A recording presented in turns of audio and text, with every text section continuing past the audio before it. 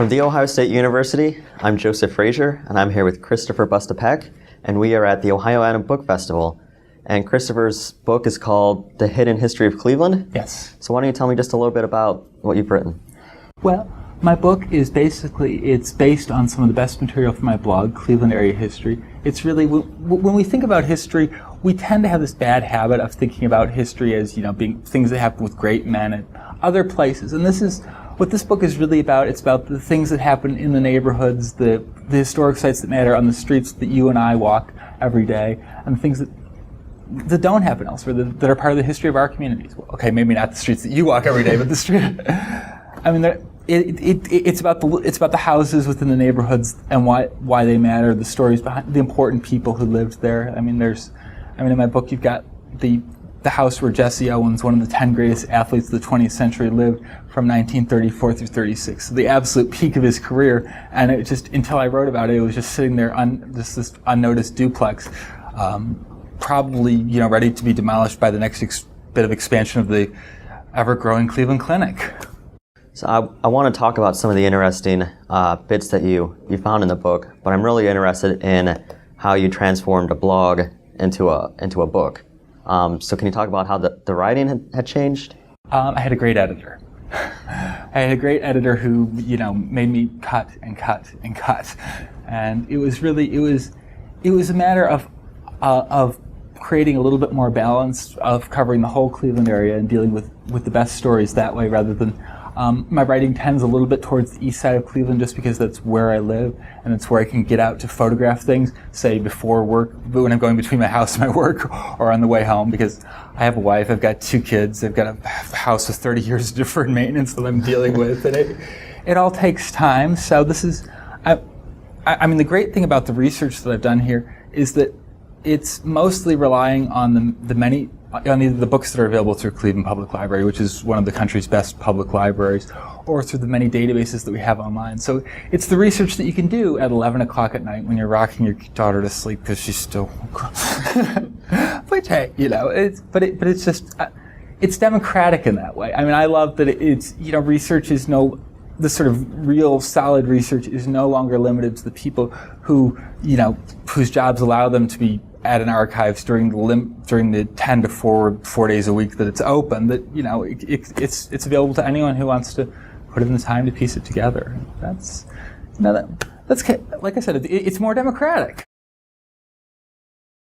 So, what were some of the interesting stories? I had no idea that Langston Hughes, for instance, lived in or grew up partly in Cleveland. Yeah, he lived in Cleveland basically from 8th grade until he graduated from high school, and then he came back to produce some plays at the Caramu House, which is a settlement house in Cleveland.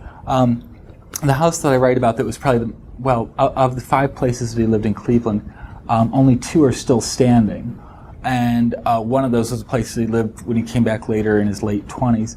But the one that's the most important is he lives in the attic apartment, the unheated attic apartment of this house, during his by himself during his sophomore and junior years of high school, the time that he was starting to write about this stuff. When I found this house, I was working on some summer programming for some day camps that were coming to my library, and I was trying to find important things that happen right there in the kids' neighborhood that I could share with them.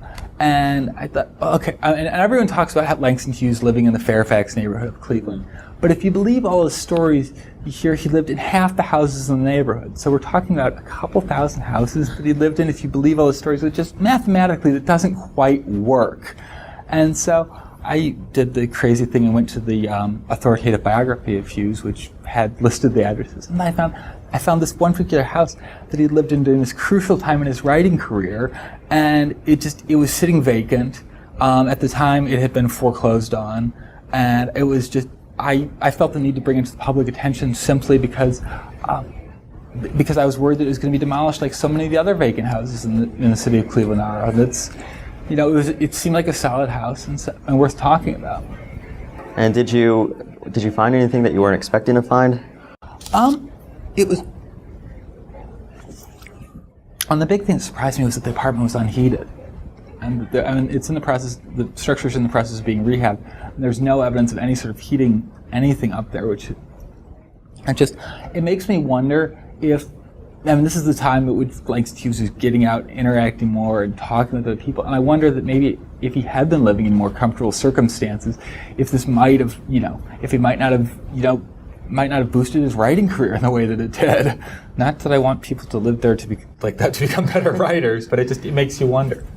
I've got another great story that I could share about a different house if you want. Yeah, feel free. My favorite one, this is one of the most ridiculous stories. In the Ohio City neighborhood of Cleveland, there's a big historical marker, one of the ones erected by the Ohio Historical Society, that says, in a house that used to be on the site, John Heisman, for whom the Heisman Trophy in college football is named, he was born at a house on the site. Now, I'd long heard rumors that, this might not have been the right site and someone might have gotten it wrong. So I went to the county property records and I looked up the Heisman name, which fortunately is nice and uncommon. And I found the records of John Heisman's parents buying a piece of land.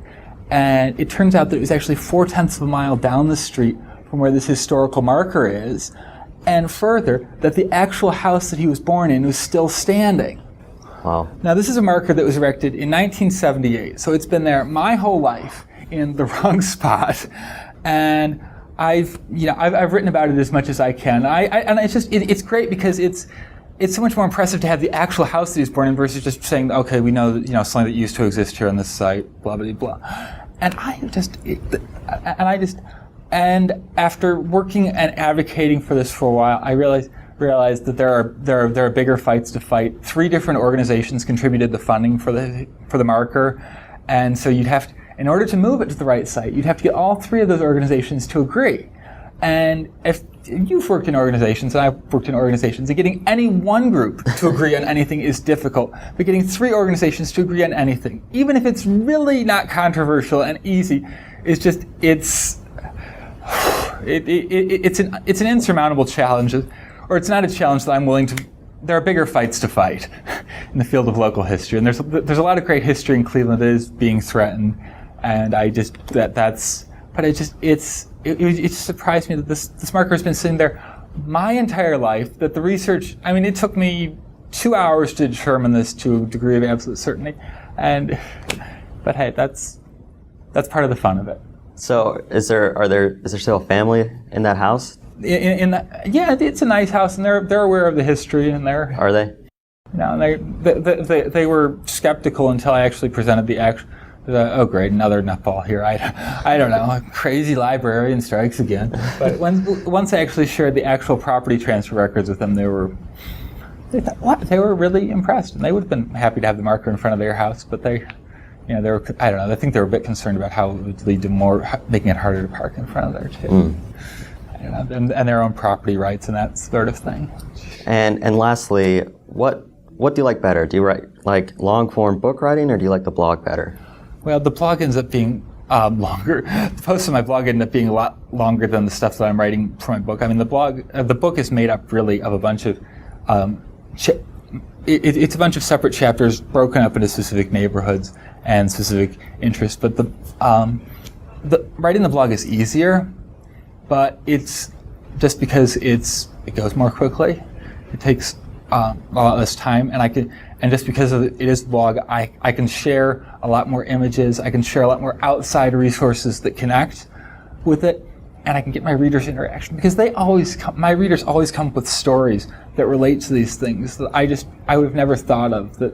And there was a house that I was researching on Euclid Avenue in Cleveland, and someone on my blog shared a clip on YouTube of a movie from the 60s that happened to include this house, and I would have never thought to go to YouTube for a historic house in Cleveland, and some random movie, it would never have crossed my mind. And so, but on the other hand, it's really great to see these things in the book format when it comes out, and it's just so clean, and to see it with all that extra language chopped out and just the most sort of terse, neat bit of facts. It's that's and so while it's most, I think writing the blog is most fun, but the book is more satisfying in the end. If that makes sense. Yeah. If that sort of vaguely answers your question.